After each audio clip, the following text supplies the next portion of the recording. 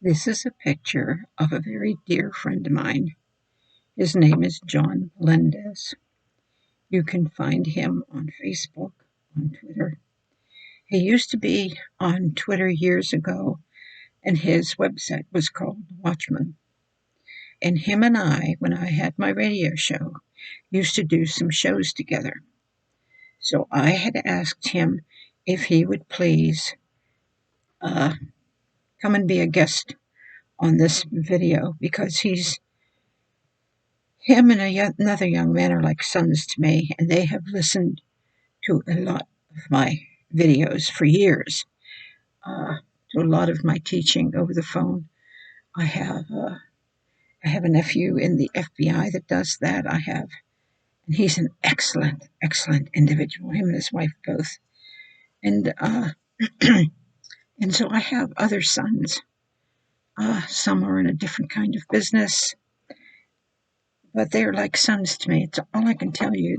It's not they're not my natural born sons, but they are like sons to me. And I have a lot of daughters too. But this one in particular has done videos with me before. Uh, and I, I just feel there's things that he needs to say for others to hear. So uh, I am. He told me already that he will come, and I hope so. And this can be done by phone. We don't have to, since I showed you a picture of him. I can just put him on speaker and you can hear him. So we don't have to personally be together, although there are times that we do get together. And he's come over here with my husband. Both of these young men have been up to my house for dinner with me and my husband because they both know my husband very well. And my husband knows they're like sons to me. And he knows that we have spent a lot of time together. And we've had meetings over here. John had been at my first board meeting for my ministry. And I had to shut my ministry down for a reason because the bank was giving people the power to hack into the ministry. And they would give them money, say like somebody would hack in and take $200 that wasn't there. And then I would have to pay the fee for the money. I would have to pay the amount of money, which would probably run into maybe $300 or $400. Plus, I had to pay $39 a month for them to block it, which I thought and felt was highly unfair. So what I'm going to do is I'm going to change banks because I finally have a reason to change banks. I'm tired of being treated like that. That is so wrong of any bank to do that to you, especially when I was very, very ill. And they got away with doing this to me for at least a year. You could imagine how much money I paid out that I did not have, and how horrible that was to do that to me while I'm going through open heart surgery. Open heart surgery is something that if you have got, you still have to take the time to labor, to learn how to walk again, to learn how to do the things you need to do. I know that when I had lupus, I had to go through a physical therapy to learn how to walk again and to learn how to use my right arm because it was like a rag. But that didn't mean I wasn't healed because I was healed. But atrophy sets in when you lay in bed. Now, I know one of my comments, somebody said I even did my dishes. And maybe I mentioned dishes in one of my videos, but people didn't understand or realize when you're so very ill, in the beginning, you can't get around, you can't move. I used to lay there and cry because I couldn't do my dishes. I couldn't get up and do the simplest thing. And I'm one of those people that have to move and have to work. And one of the biggest things to me and biggest accomplishments was for me after I got out of it, because when you've laid in bed for months and months, you have to retrain your whole body. You have to work with it. And God would come to me and say to me, Marion, okay, everything is like hodgepodge. You only do it when you feel like it. And so, it's really no organization. You have You have a mess in the house and you've got to get it down pat to do it the way you used to do it. So he said, here's what we're going to do. As difficult as it may seem when you first get up out of bed, I want you to, the first thing you do, no matter what, is fix your bed. And just do that for about a week till you get a habit into doing it, that you won't even feel it. Your body will be used to doing that. See, you got to understand, I laid in bed for months unable to move.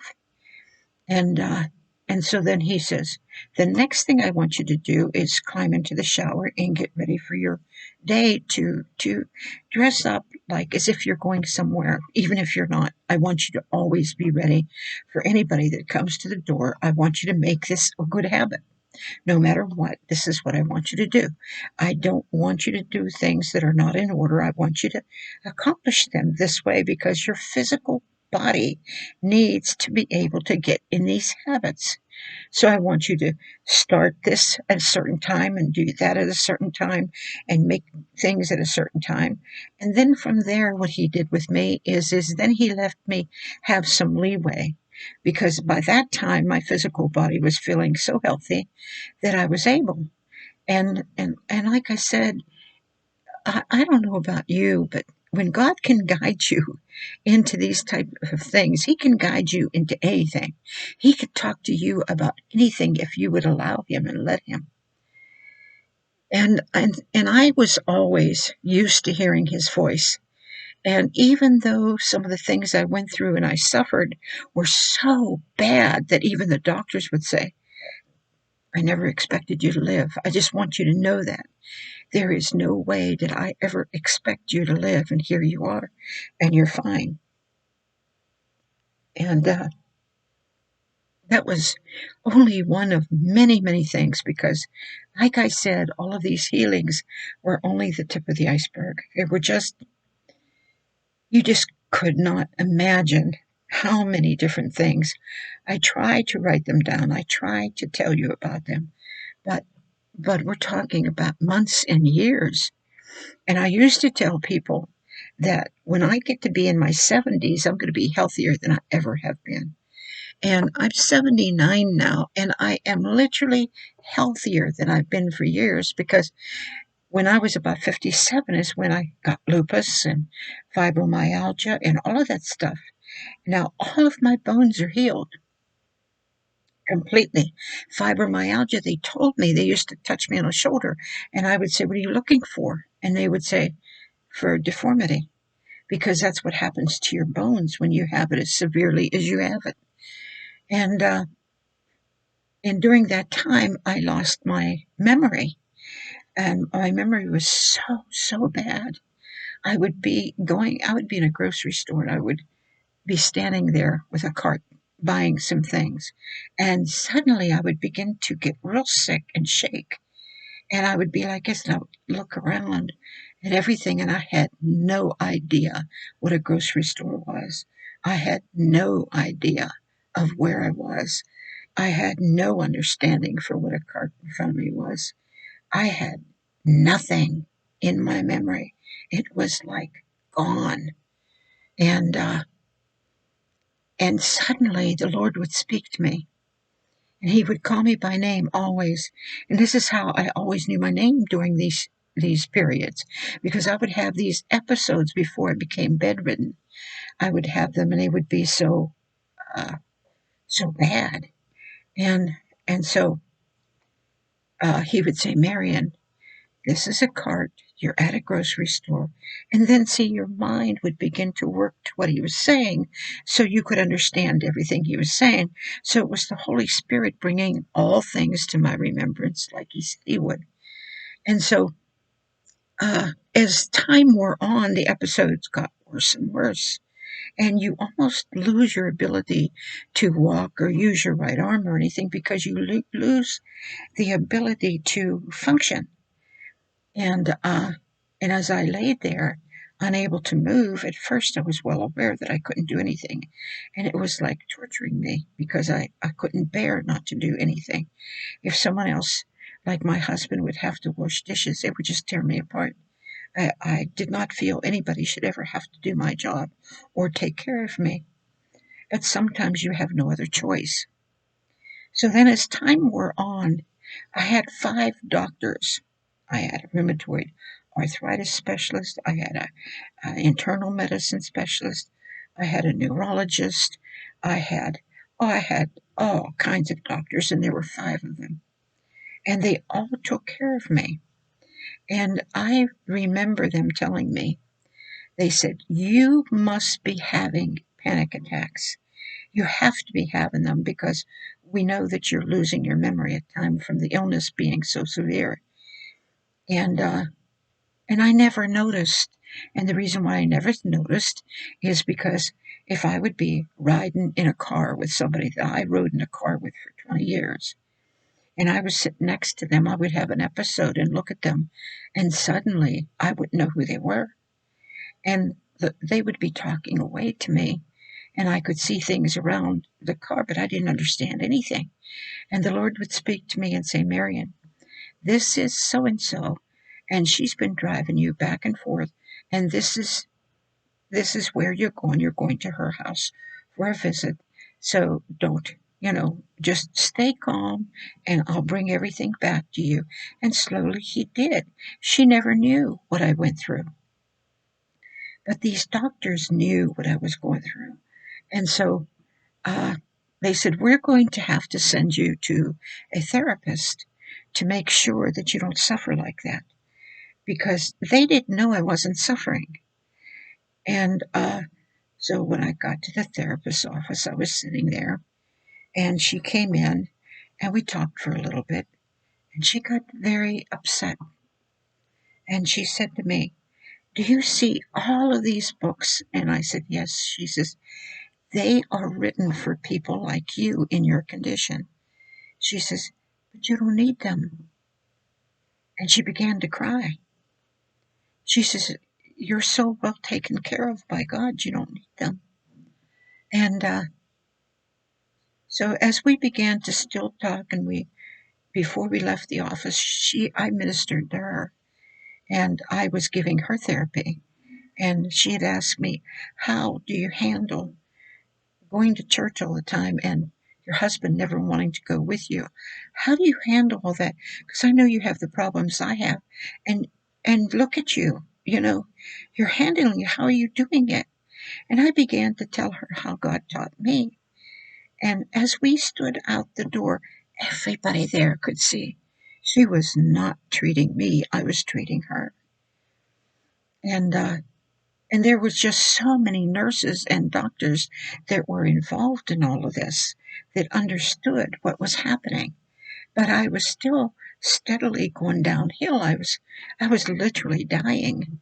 And when I got to the place where it was so bad that I lived in an oblivion of pain, where it was like when you're in an oblivion of pain, you don't care if you're alive or dead.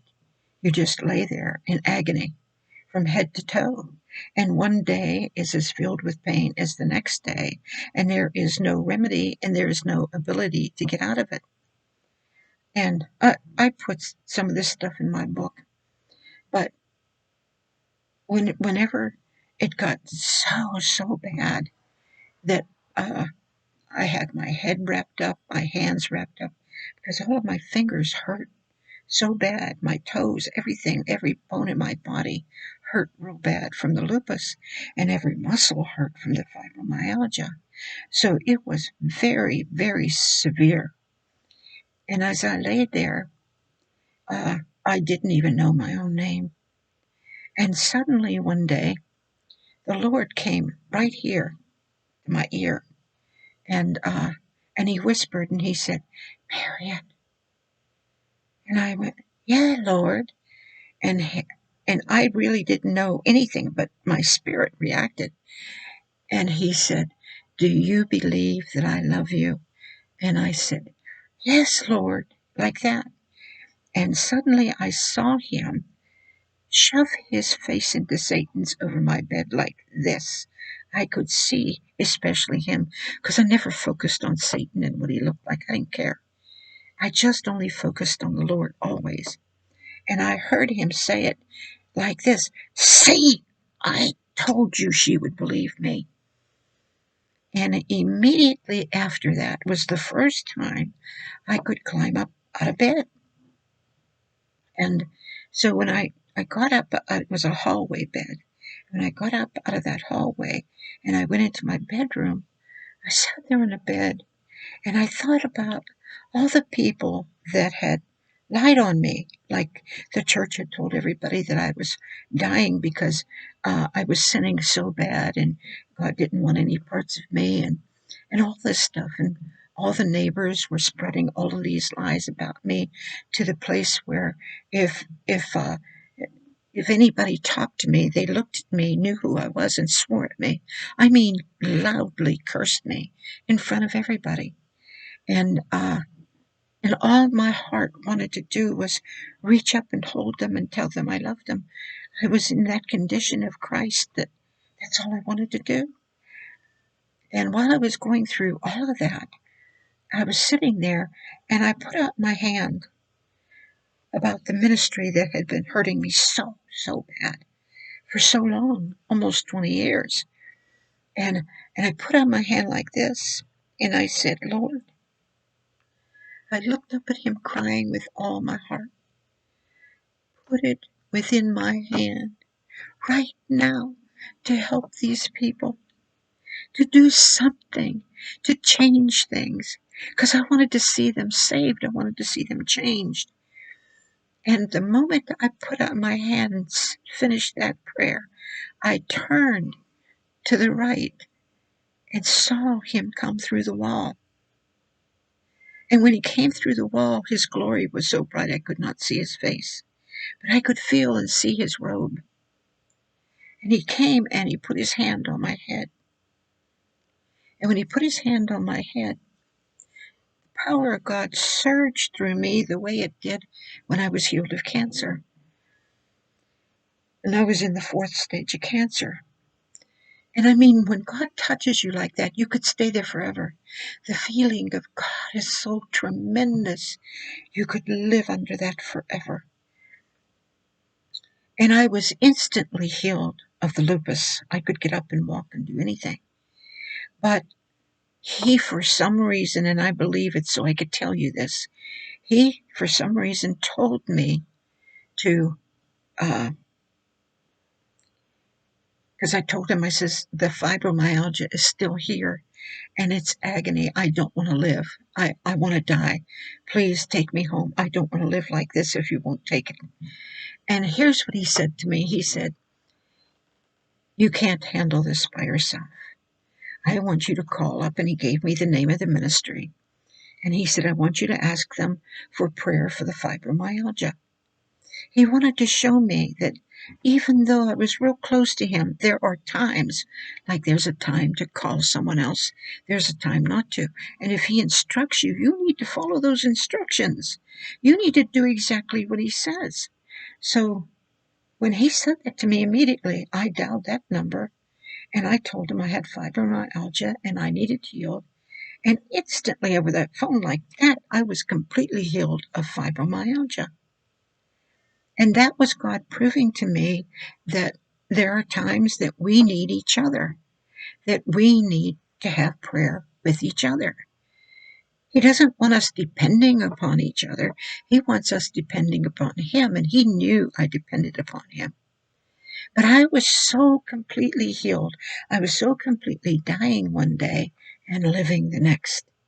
And you have to understand, when I went through it with the 4th stages of cancer, I was dying one day, and then when I was completely healed and he touched me, and when he touched me, I'm telling you, the touch was, God, I could stay here forever.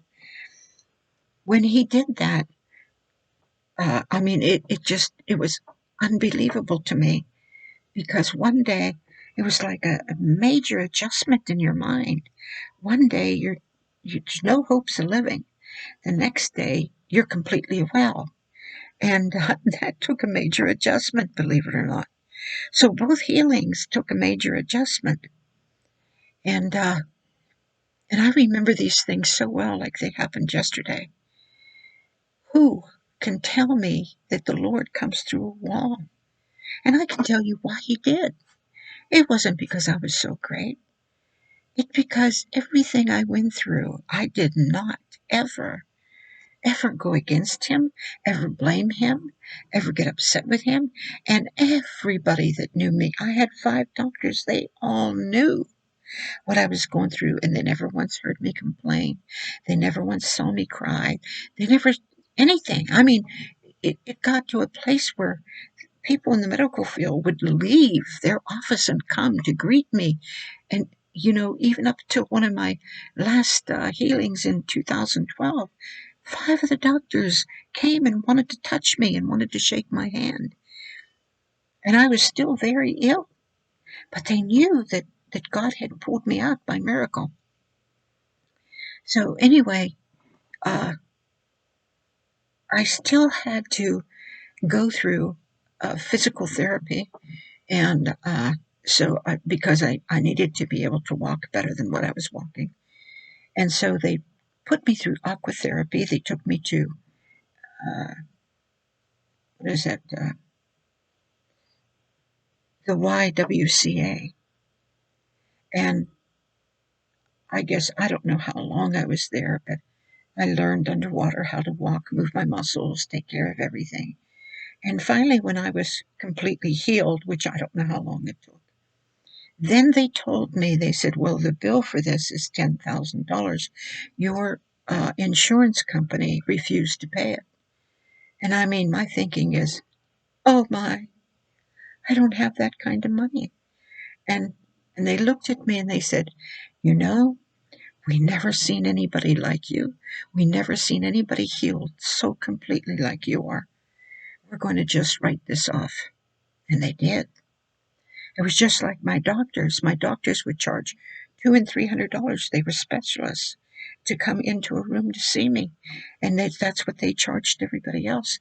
But when they came to see me, they didn't charge me a penny.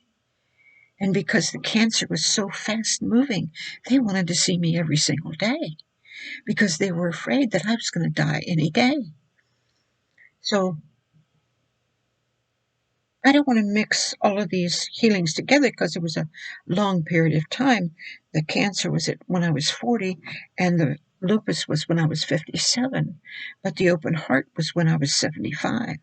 So these different healings, and I really believe I went through them so I could teach people how to stand up and resist the enemy, how to tell them, get your hands off of me.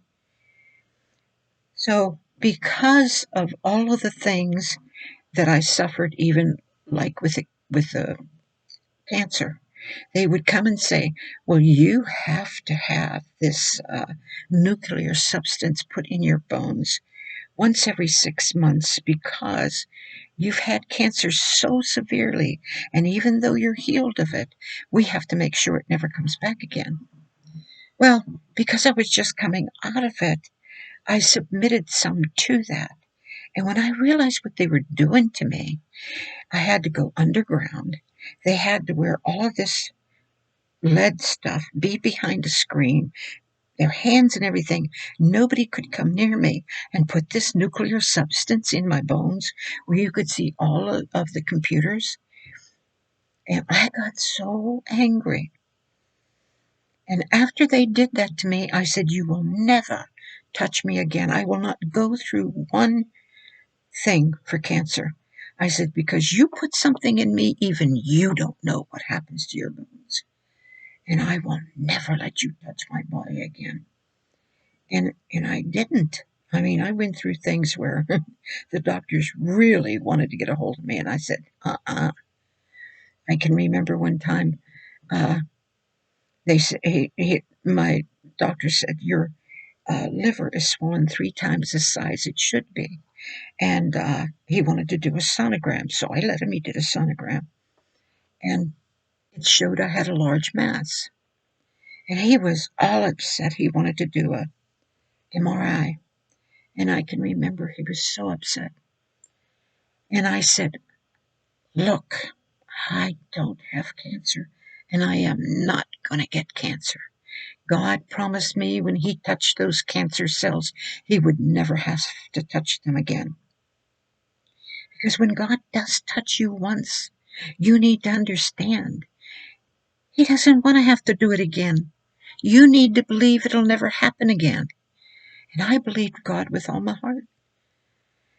So finally, I go and get the MRI, and the guy who's doing it, he comes out and looks at me and he says, Marion, do you know what they were looking for? Well, you know what that meant to me? He couldn't find nothing. So the next morning, I get a call from my doctor, and he says, your liver is perfect. I said, I told you. Why didn't anybody believe me? For God is not going to allow that to happen to my body. I absolutely refuse to accept or believe the symptoms that the enemy tries to put upon me. So one day, I got real sick where I couldn't breathe. And they rushed me to the hospital. And I'm laying there, and my heart rate was like 199. And the doctor came, the emergency room doctor came, and he said, your heart rate's 199. He says, the diagnosis with you is congestive heart failure. So we're preparing a room for you. He says, but because your heart rate is so high, what we have to do is give you a shot. And it's going to feel like you're going to die. Well, what he didn't know is I had been through many shots already. And I had gone through this so many times, and I knew I wasn't going to die. Because I would never allow myself to believe that. So he got all upset. Because I'm sitting, laying there, just looking at him like this, waiting for the shot to do something. And he got all upset, and he goes, anybody else in the whole world would be upset with their heart rate 199, but not you. Oh, was he angry. And I just looked at him, and I almost laughed, because there he is, mad because I'm not sick. And he told the nurses, grab her arm, lift it up. And they're lifting my arm up real high, because it's not getting in, it's not getting in. Well, it was, but it didn't do anything. It couldn't harm me or touch me. So the next time I couldn't breathe, they rushed me to the hospital again. Now, this is 2 trips by ambulance, because the paramedics come and they see everything about me, and I need to be in the hospital. So he takes me to the hospital, and I go into the one room, and they're preparing me to get the liquid out of my lungs. And they have the computers all there and stuff, and they're all waiting for the doctor, and the doctor comes in, and he looks at the pictures that they have taken, and he hollers, who says she has water in her lungs? There's not a drop there. So one of the times that I had to have a CT done, the doctor says, and I hear him hollering down the hall, you better be careful with this patient, because things have a way of disappearing on her. If you don't double check with an MRI or something before you operate on her, it might disappear. And I was laughing. I had to go through that because at that time I had to have an appendix operation. But when I think of these things, I laugh. I laugh now, because God has been so good. And you can ask yourself, God says that when He gives much, He requires much. But you see, God knows. God knows He has every second, every moment of my life. He knows. He knows He has everything that passes through my brain. He knows. I don't have to tell Him. He knows. He knows that every atom of my being is His. He knows. I can remember people praising the Lord and singing all day long, and then doing things that were so ungodly. And I went to God, and I talked to Him about worship. And he told me, he said, the truest worship is the life you live before me. The life where no one else sees. The times that we have together. You are worshiping me. You are putting me where I belong. There are things that he said to me personally that mean so much. Because it's God. It's God. If only I could take that part of God and put him in your heart and mind, I would do it gladly. Gladly to share him with you. But I know there's only one path to take, and that is for you to pick up your responsibility of your cross and deny yourself the way I did. For you to put him first in everything and everywhere. And I don't mean putting him first before your children or before your husband or before your wife. I'm not talking about that. I am not talking about that at all, because he tells you and gives you instructions about them. They come first. They come first. You don't run off to minister in any other country or any place else if you do not have your wife with you or your husband. If you do not have your children with you, you do not run off and give everything you own to someone else because they have orphans and you leave your children destitute.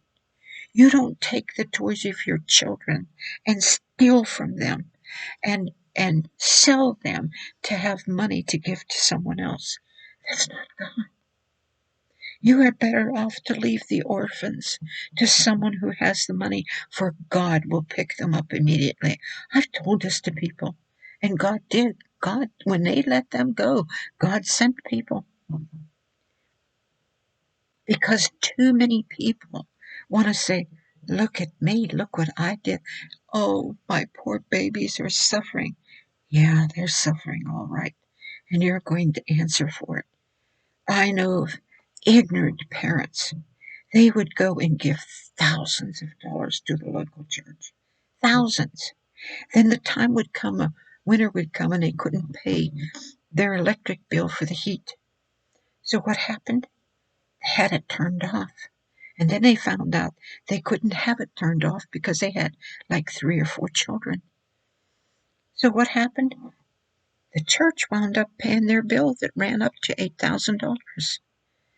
So you see, God doesn't want you putting the church first. You hear pastors preach and teach. If you loved God, you'd be here working on this roof. But 9 times out of 10, those pastors that say that are not working on that roof with you. Those pastors don't have anything to do with it. They want you there. They'll even tell you, and I've seen it, they'll tell you, be there at such and such a time, and they never show up. They only use you. Now, I'm not saying all pastors are like that, because I've got some great pastors in my life. I mean real men and women of God. Oh my goodness, people that you can really respect. People that have been through things and done things for Christ. I mean, could you imagine being in Pakistan when a war is going on, and there you are delivering the gospel? This kind of people that would do these kind of things.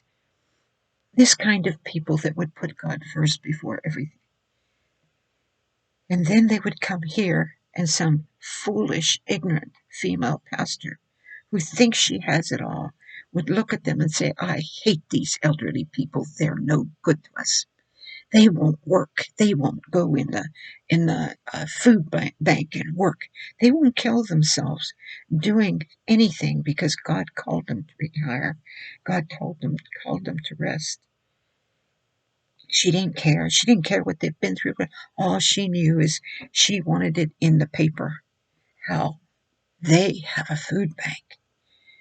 I mean, they wanted it so bad in the paper that they went up to a man who owned a building, a grocery store building, and had the gall to tell him, God says you must give us this building for our food bank.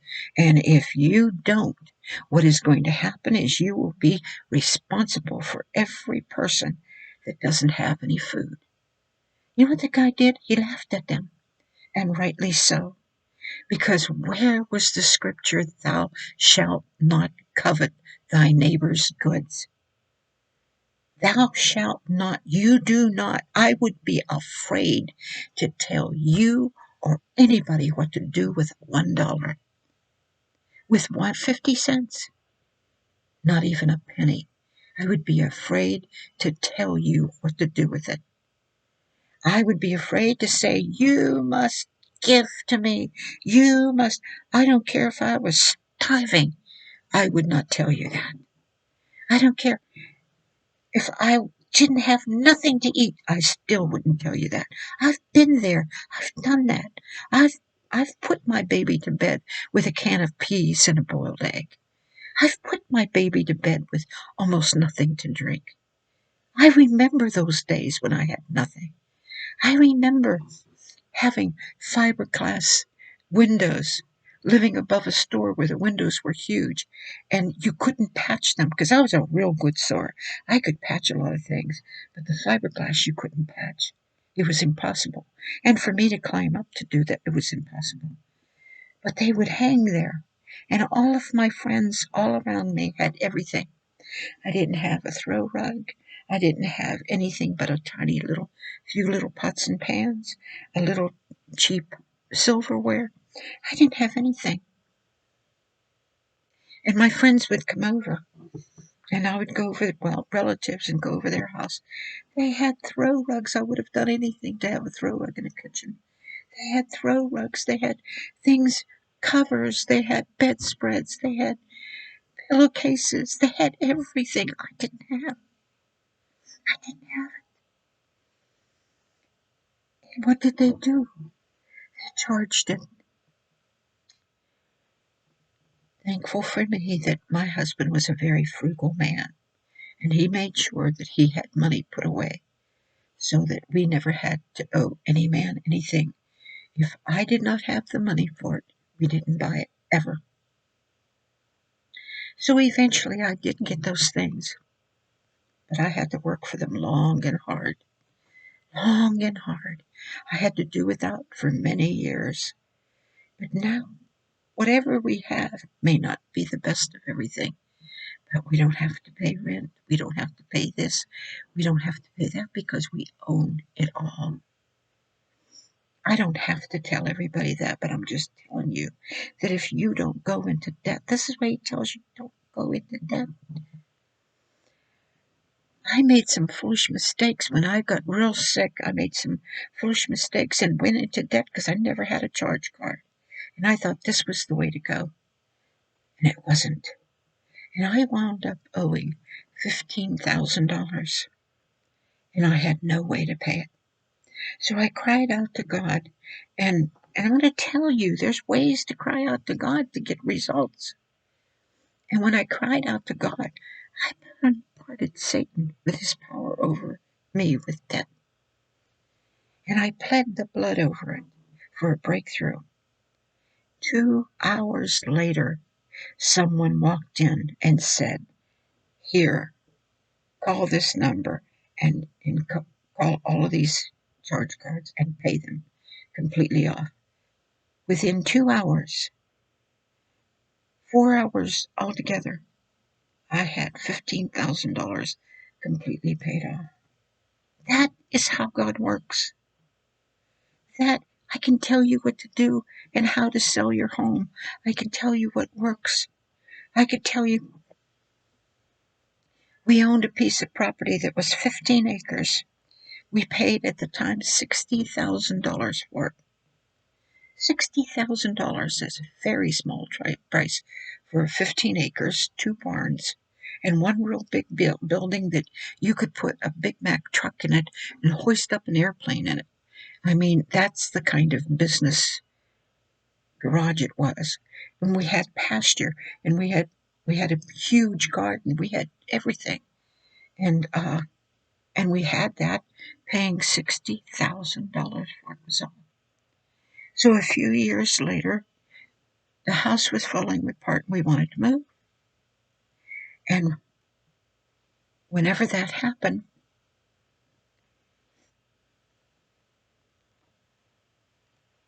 we hadn't decided right away to move, but there was after I became healed, there was a room I had that was all my artwork because I had my own clip art workbook. I had everything. And I had worked so hard for the church that I worked for. And I had done, you wouldn't believe the things I learned to do. I learned how to illustrate. I learned how to do so many things. And I worked very hard. And so I had all this artwork, and I went up there to clean it up out of my room, pack it up, and give it to them rather than take it with me or anything. And when I went into the closet, the Lord said to me, Marion, don't don't pack it up to clean up this room. Pack it up to move. You're going to be out of this house so quick, you won't even know what hit you. And I said, okay. I ran downstairs, told my husband what the Lord said, and he goes, oh, okay. And I ran back upstairs, and the Lord said, Marion, you're going to come into a lot of money. And I went, oh. And so I ran downstairs and I told my husband, the Lord says we're going to come into a lot of money. So what did I do? I began to do exactly what God said. I began to clean up the house to get it packed up to move. Now you're talking about a house that had 5 layers. It had a real big attic. It had 2 or 3 rooms on the second floor, and it had a living room and kitchen, a real huge kitchen, and then it had a playroom, and then it had a cellar. That's 5 levels. We had a lot of stuff in there. And so we decided that maybe we'll put it on the market. We got a hold of a real estate agent, made an appointment for Wednesday that she was to come. I asked the Lord first, how much is this property worth? And he said $100,000. I'm forgetting a part of that. In the meantime of telling me that, I get a knock at the door, and the electric company says we are going to put one of those towers right on that little property over there, and we want to pay you for this tiny little trailer. I mean, it just had a tiny piece of property. And it was the one that I was just giving to people to let them live there because they had no money. And he said, we want to pay you $78,000 for that. And since the Lord told me that my property was worth $100,000, I said to them, well, if you do that, you're going to have to buy the whole thing because we won't live here. And so you're going to, and they said, well, we'll give you a down payment on $100,000, which is $10,000. And if the deal falls through and it doesn't get done, you can keep the check. So there I am with all my neighbors around me. None of them have what I have. None of them have a lot of property. And each one's going, well, it's the electric company, and I'm just holding out for more money. And I said, well, God told me they offered me a fair price. So I took the down payment. And so they says, well, you know what? I just can't do that. They didn't even have buildings on it, nothing. I just can't do that. I know that company is wealthy. They're going to have to just give me more money. So we are all holding out. I said, well, I already took the $10,000 check as a down payment. A couple of weeks later, the deal fell through. Everybody got nothing. So I called up the company and I said, what do I do with this $10,000 check? And I hear the woman holler on the other side. Just one woman got $10,000 for nothing. She says, cash it, honey, 'cause it's yours. I was the only one that took a down payment. You know why? Honesty. God honors honesty. He knew that when I asked him how much I wanted to sell it for, he knew I told him, I don't want to cheat nobody and I don't want nobody to cheat me. He knew that. He had done that through the years over and over with things. So a little while later after that is when he told me I was going to move out of there. And that is when this woman came. We had an appointment on Wednesday. On Sunday she comes. My husband is sleeping. And she comes knocking at the door. And she has in her hand $40,000. And she says to me, I want this house. Here is a down payment of $40,000. And I looked at her and I said, don't you want to see the inside of the house? She said, no, I want it. I says, well, dear, being as how it's Sunday, and we did make a deal with the real estate agent, you're just going to have to come back because I will not dishonor the deal, the contract we made with this woman. You're going to have to come back and buy the house then. So she did. She paid. My husband said, you're not going to get $80,000 for this place. Not even that. I says, God told me it's worth $100,000. So she went and she paid $90,000 for it. You may be thinking of what I'm thinking is coming. So $90,000. And I went before God and I said, God, I got $90,000 for a property you told me is worth $100,000. And the Lord said to me, Marion, that $10,000 check and that $90,000 check is $100,000. And I flipped out because God operates to the penny, to the penny.